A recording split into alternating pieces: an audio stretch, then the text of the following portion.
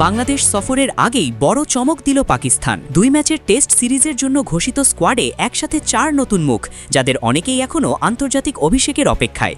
বাবর আজম, শাহিন আফ্রিদিদের পাশে হঠাৎ এই নতুন নামগুলো কেন? এটা কি ভবিষ্যতের দল গড়ার পরিকল্পনা, নাকি বাংলাদেশের কন্ডিশন ভেবে বিশেষ কোনো মাস্টার প্ল্যান? শান মাসুদের নেতৃত্বে পাকিস্তানের এই নতুন স্কোয়াডে লুকিয়ে আছে অনেক রহস্য। এ নিয়ে বিস্তারিত থাকছে প্রতিবেদনে। বাংলাদেশের মাটিতে আবারও জমতে যাচ্ছে উপমহাদেশের হাই ভোল্টেজ টেস্ট লড়াই।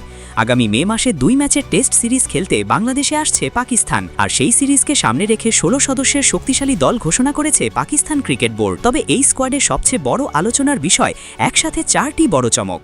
দলে রাখা হয়েছে 4 জন এমন ক্রিকেটারকে যারা এখনও টেস্ট অভিষেকের অপেক্ষায়। তারা হলেন আবদুল্লাহ ফজল, আমাদ বাট, আজান আওয়াইস এবং গাজী ঘড়ি। এই 4 জনের মধ্যে শুধু গাজী ঘড়ির সামান্য আন্তর্জাতিক অভিজ্ঞতা আছে।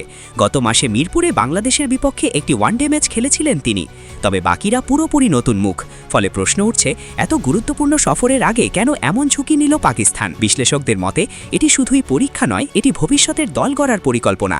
কারণ পাকিস্তান এখন এমন এক দল তৈরি করতে চায় যেখানে অভিজ্ঞতা ও তরুণ প্রতিভা একসাথে কাজ করবে। দলের নেতৃত্বে থাকছেন অধিনায়ক শান মাসুদ, তার সঙ্গে রয়েছেন অভিজ্ঞ তারকার বাবর আজম, শাহিন শাহ আফ্রিদি, মোহাম্মদ রিজওয়ান এবং সাজিদ খানের মতো বড় নাম। অর্থাৎ নতুনদের পাশে অভিজ্ঞদের রেখে ভারসাম্যপূর্ণ একটি দল গঠন করেছে পাকিস্তান। বাংলাদেশের উইকেট, বিশেষ করে ঢাকা ও সিলেটের কন্ডিশন মাথায় রেখেই এই প্রস্তুতি নেওয়া হচ্ছে। কারণ উপমহাদেশের টেস্ট ক্রিকেটে শুধু প্রতিভা নয়, কন্ডিশন বোঝাটাও সমান গুরুত্বপূর্ণ। অন্যদিকে যারা এখন পাকিস্তান সুপার লিগ বা পিএসএলে খেলছেন, তারা টুর্নামেন্ট শেষ হওয়ার পর ক্যাম্পে যোগ দেবেন। বাকি সদস্যরা 27 এপ্রিল থেকে করাচিতে প্রস্তুতি ক্যাম্প শুরু করবেন, যা চলবে 1 মে পর্যন্ত।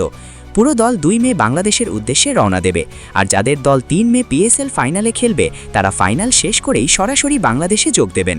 2 ম্যাচের এই টেস্ট সিরিজ শুরু হবে যথাক্রমে 8 মে এবং 16 মে। প্রথম টেস্ট হবে ঢাকায়, আর দ্বিতীয় টেস্ট অনুষ্ঠিত হবে সিলেটে। বাংলাদেশের কন্ডিশনে পাকিস্তানের জন্য এই সিরিজ সহজ হবে না, কারণ সাম্প্রতিক সময়ে বাংলাদেশ নিজেদের ঘরের মাঠে অনেক শক্তিশালী দলকে চাপে ফেলেছে। 4 নতুন মুখ, অভিজ্ঞ তারকাদের উপস্থিতি আর বাংলাদেশের কঠিন কন্ডিশন সব মিলিয়ে সামনে অপেক্ষা করছে দারুণ এক টেস্ট যুদ্ধ।